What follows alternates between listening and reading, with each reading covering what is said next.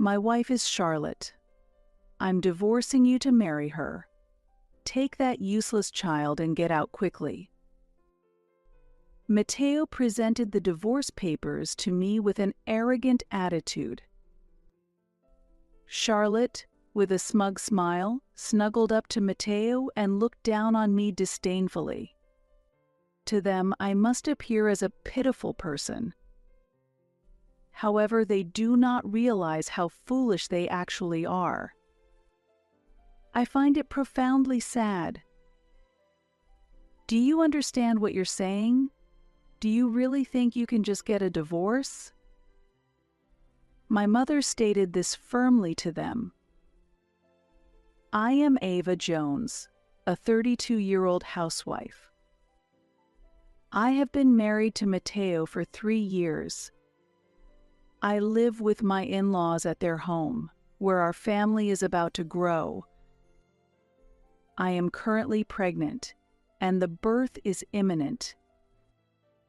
Recently, as my belly has begun to show, conversations with neighbors about the baby make me increasingly excited to meet my child. After a long period of infertility treatments, I finally conceived my first child. There were times during treatment when my spirit nearly broke, but seeing my baby's growth during regular checkups always soothed my heart.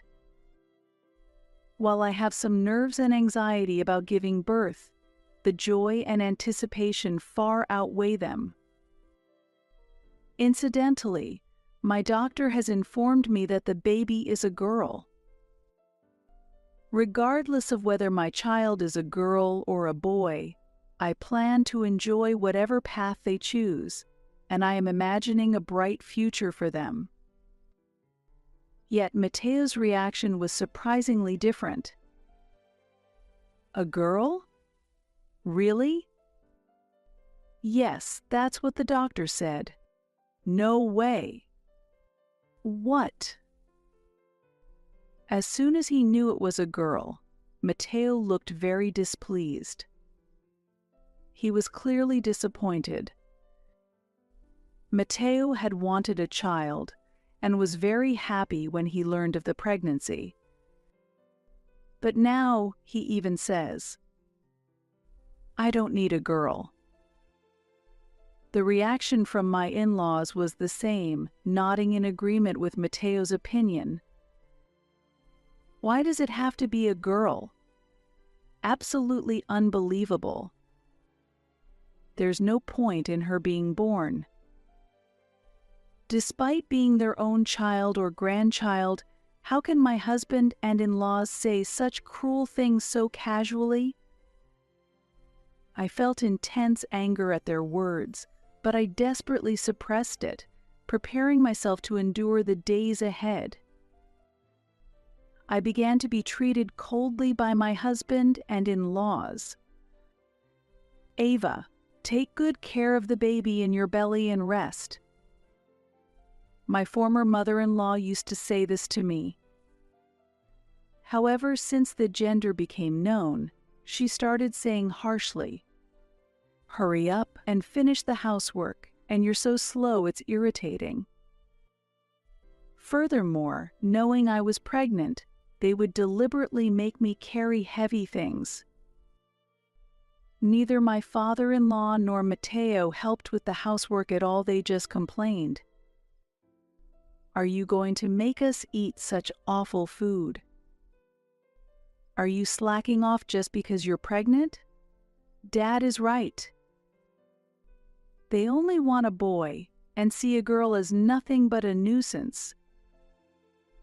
Even so, I shouldn't have to endure such terrible treatment. For my child's sake, I have resisted this humiliating situation and protested many times, but they only mocked me more. Whether the coming child is a boy or a girl, they are precious. I continued to argue that they should stop belittling us, but it had no effect. Relying on us and can't even produce an heir, what can an incompetent wife like you say?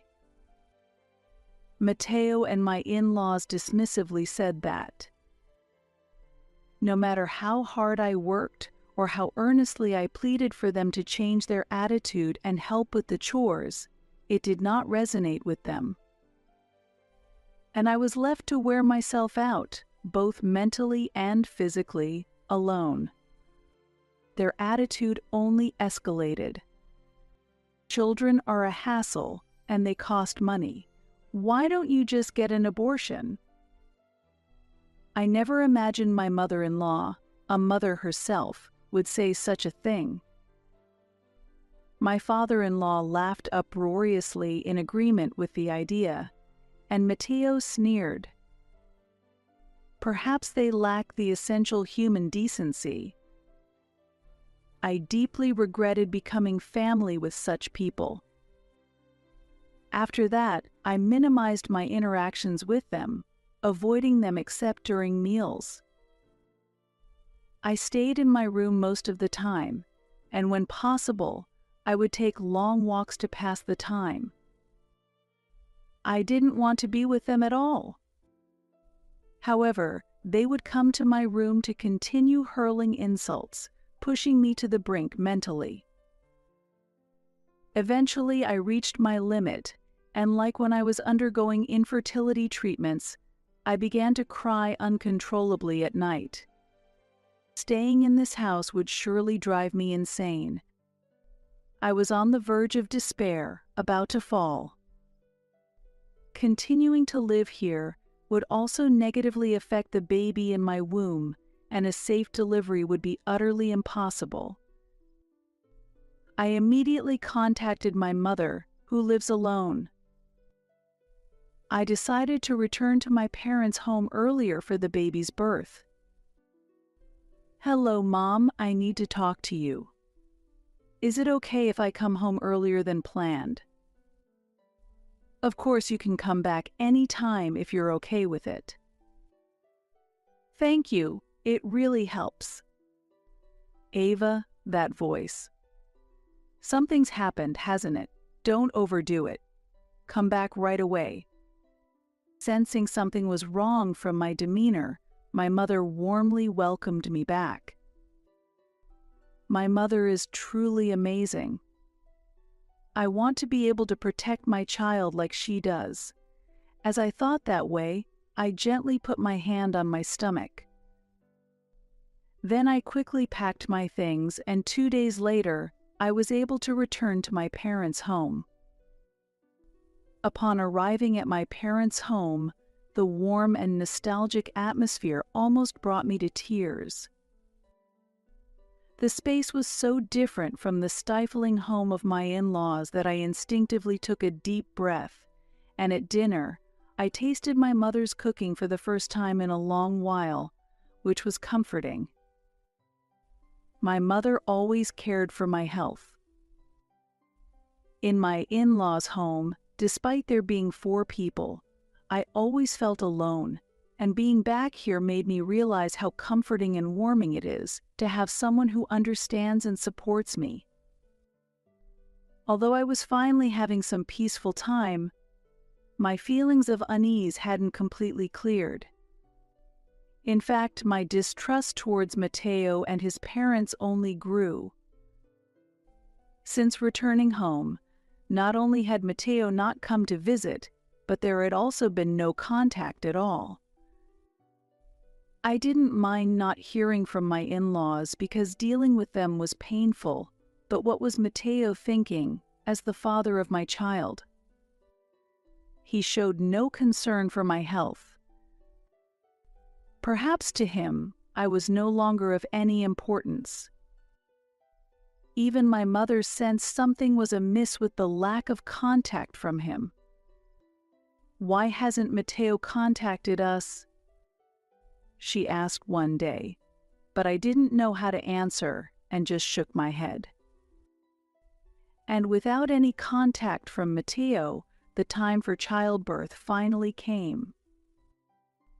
In the delivery room, my mother held my hand the entire time and taught me breathing techniques. I wondered how much time had passed since the labor pains began, my consciousness started to blur. Ava, hang in there. You'll meet your baby soon.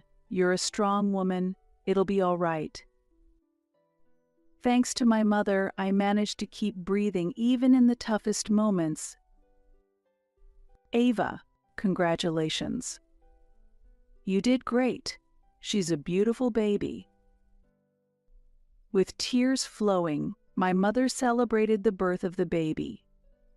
Happiness seemed to radiate from my newborn, and I couldn't stop my tears either. Although my heart was filled with joy, a bit of sadness lingered due to Matteo's absence. When the labor pains began, I tried to contact Matteo repeatedly. I sent many messages and made several calls, but there was no response, only the impersonal electronic tone of the phone ringing endlessly. Wondering if he wasn't answering because it was my smartphone, I even tried calling from my mother's phone, but Matteo never picked up. After giving birth, Matteo never showed his face at my parents' home, and 2 months quickly passed. The first months of parenting were busy with diaper changes, feedings, and responding to night cries. When the baby cried at night, my mother would take over, saying, "I'll take care of her. You get some rest, allowing me to get some sleep." Thanks to my mother's constant support, I was able to get through the toughest times.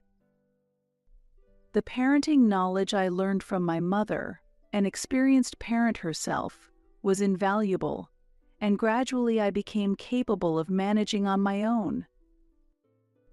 During this time, I continued to send photos and videos of the child's growth to Matteo and my in-laws, but I doubted they were even looking at them.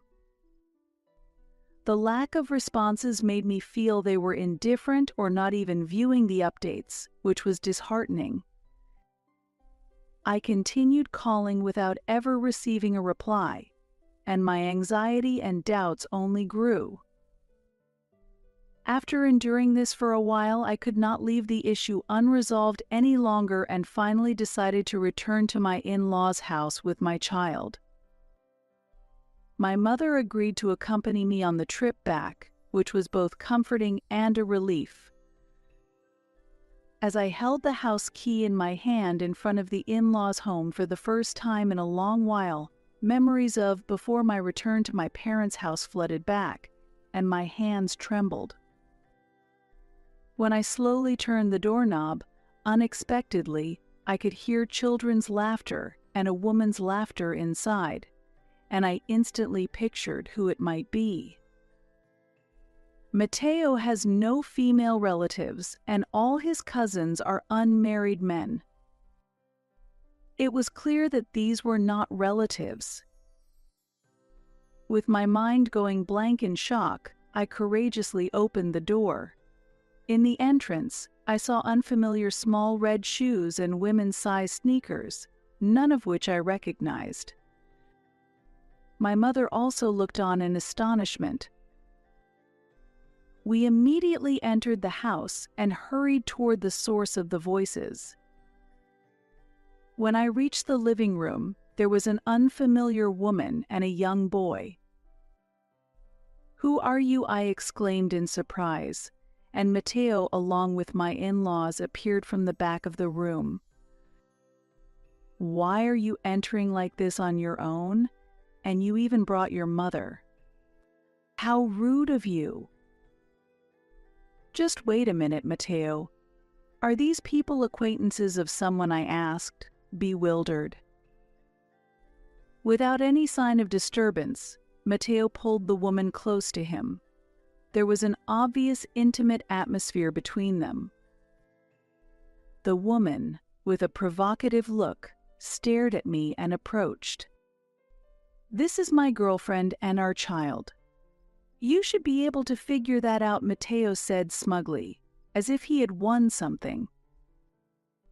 "What do you mean, our child?" I looked intently at the boy, who seemed about 2 years old.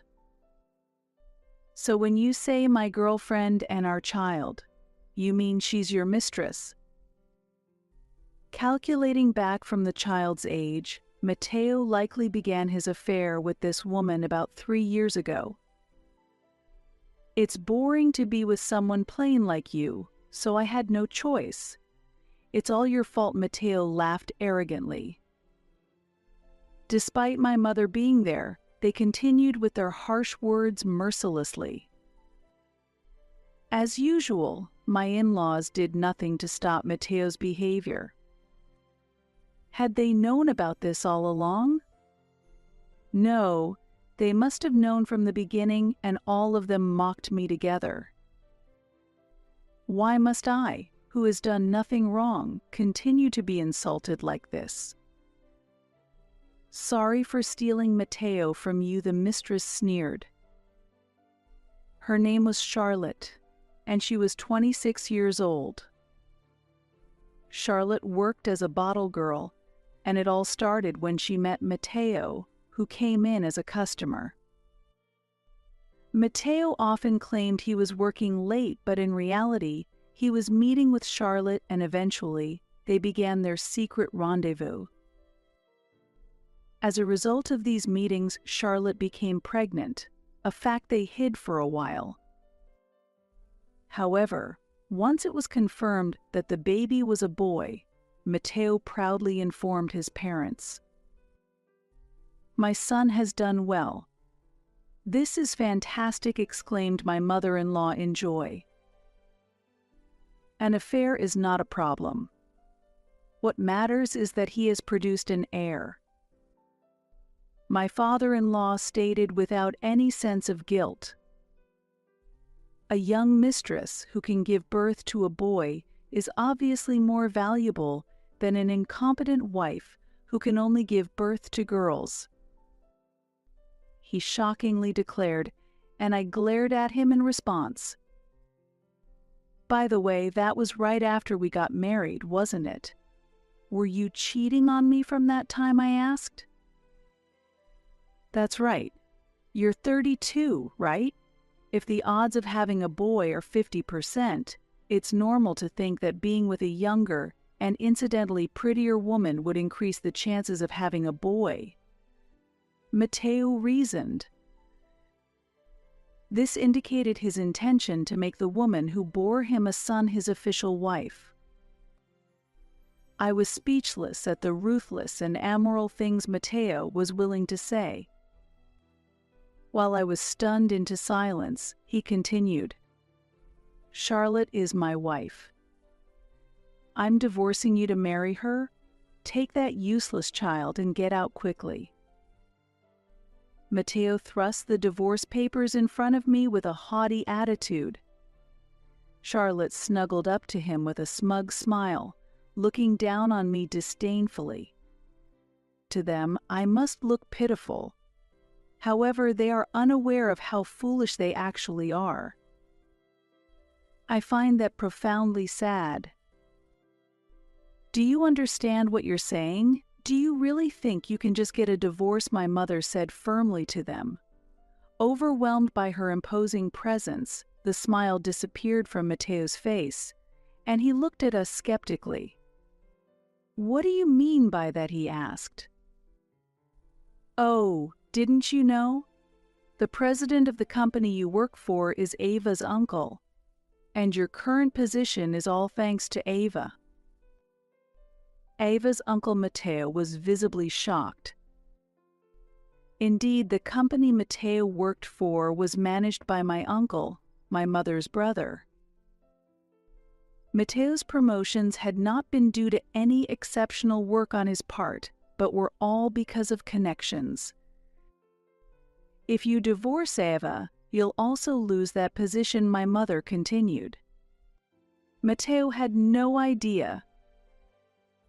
I hadn't told him deliberately so. He had a high pride, and learning that his promotions were not a result of his merit, but were facilitated by my uncle would likely infuriate him. Or, knowing the familial connection, he might take an even more arrogant stance or slack off at work. Either outcome would not have been favorable. Matteo and his parents were rendered speechless by this revelation. They were stunned to learn that the family of the daughter-in-law they had been looking down upon was actually the president of the company that supported their lifestyle. Ignoring their shocked expressions, my mother calmly continued, "By the way, you're no longer welcome at our company." "What? Why?" Matteo stuttered in confusion. "Well, you've been embezzling company funds, haven't you? That's already been discovered by the management." I was truly shocked when I learned this from my mother during my visit home. If this became public, police involvement was inevitable. "Even if you try to divorce and run away, we'll just report you to the police. What will you do now?"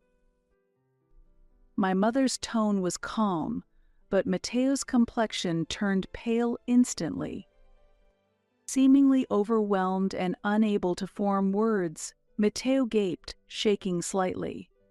We waited for him to speak. If I don't divorce, can I be forgiven for the embezzlement?" Kneeling down, Matteo desperately asked my mother a question. However, my mother shook her head without changing her expression, denying his plea. "There's no way that could happen. What you did is a crime. It cannot be forgiven." After sighing deeply in disbelief, she glanced at Charlotte and continued. "You said you were going to divorce Ava and marry this woman, didn't you? As a man, it looks bad if you don't follow through on your decisions. Oh, and if you do divorce my daughter, you'll have to pay child support, property division, and repay all the embezzled money." Hearing this, Matteo collapsed to the floor as if all strength had left him. He then looked up at my mother and apologized as much as he could. "I am truly sorry. I can no longer live in society as I am. Please, please forgive me." It was pathetic. Seeing him like this, I realized that any affection I had for him had completely cooled. Perhaps my feelings for Matteo had been gradually eroded since I became pregnant. And now, at the moment his dignity was lost, my fear of him and my in-laws was also swept away. I no longer feared their words. As I looked down at him crouched on the floor, crying and sniffling in a disgraceful state, I continued after my mother's words. "From now on, you just need to make proper payments to me and the child. Adding what you owe to the company, it will be a significant amount, so even if you divorce me, you won't be able to waste money frivolously." Matteo was known for his extravagant spending, with unused expensive ties and shoes cluttering our home. He also purchased costly golf clubs under the pretense that they might be used for entertaining clients, though they never were. In response to my words, Matteo weakly nodded, while Charlotte made a displeased face, her lips pursed in dissatisfaction. Ignoring them, I turned my attention to my in-laws. I had something to say to them too. At that moment, my mother-in-law suddenly screamed, "It's all your fault. Because of you. We've ended up living like this." Matteo's mother yelled at me, her eyes bloodshot with anger, as soon as she saw me. However, what had happened was the result of their own choices, not my responsibility. This was a line I had heard before, but now it had no effect on me. However, my mother-in-law was furiously escalating her voice, and I found her behavior somewhat pitiful, swallowing the words I was about to say. Matteo then repeatedly apologized to my mother and promised to repay the embezzled money, so he was not reported to the police. However, he was fired from the company as a result of his actions. A year passed quickly, and currently, my child and I are living happily. The persistent criticism from Matteo and my in-laws had ceased, and I am mentally stable. Looking back, I can see just how abnormal life was before the divorce. Over time, memories of them gradually faded into the distance. Yet one day, unexpectedly, Matteo and his parents appeared before us, as if to make sure they were not forgotten. But they were no longer the people they once were. They looked miserable. They used to dress flamboyantly and appeared youthful, but now they wore cheap, pilled sweatsuits and jerseys. It seemed they hadn't been able to go to the hair salon. Their hair roots showed their natural color and were unkempt. It was clear they were struggling financially. According to what they said, my in-laws had squandered money recklessly despite their dire situation, and their wasteful habits hadn't changed. They had used up not only their own pensions but also Matteo's living expenses, buying luxury items on credit. Ultimately, they had to sell off their expensive possessions to keep up with payments. This situation was their own making, and I had no part in their downfall. Even after being fired, Matteo still clung to his previous industry, currently working part-time while job hunting.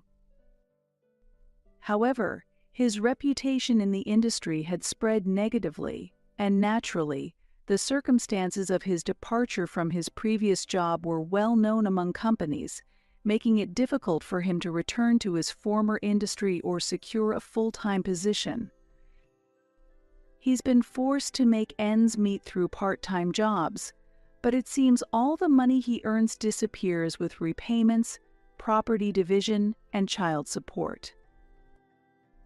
He reportedly survives by buying discounted bentos late at night at supermarkets, but even knowing this situation, I couldn't find it in myself to sympathize with them. While Matteo and his parents spoke, I could only quietly listen. During this time, I noticed Charlotte's child looking around the room, being led by my mother-in-law, and realized Charlotte was not present. As I pondered whether they had not married, Matteo, noticing my gaze, said with a defeated shrug, "Charlotte left. She abandoned me once I lost my job and money." I remembered Charlotte's ambiguous expression when I had once advised Matteo to curb his extravagant spending. She was only interested in my money. I was deceived by her. Matteo exclaimed. To my surprise, he revealed a shocking fact. He had thought the child was his with Charlotte. But after the child grew and resembled him not at all, he did a DNA test, which confirmed the child was not his. After I found out, she disappeared on her own. Matteo explained. As they spoke, holding the boy, seemingly seeking sympathy, a man appeared in the living room.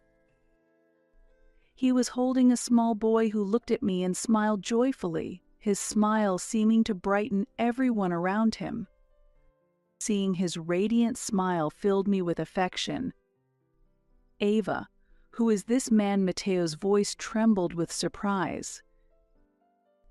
His reaction mirrored my own when Charlotte had first appeared at my in-laws' home. "He's grown, hasn't he? This is my son."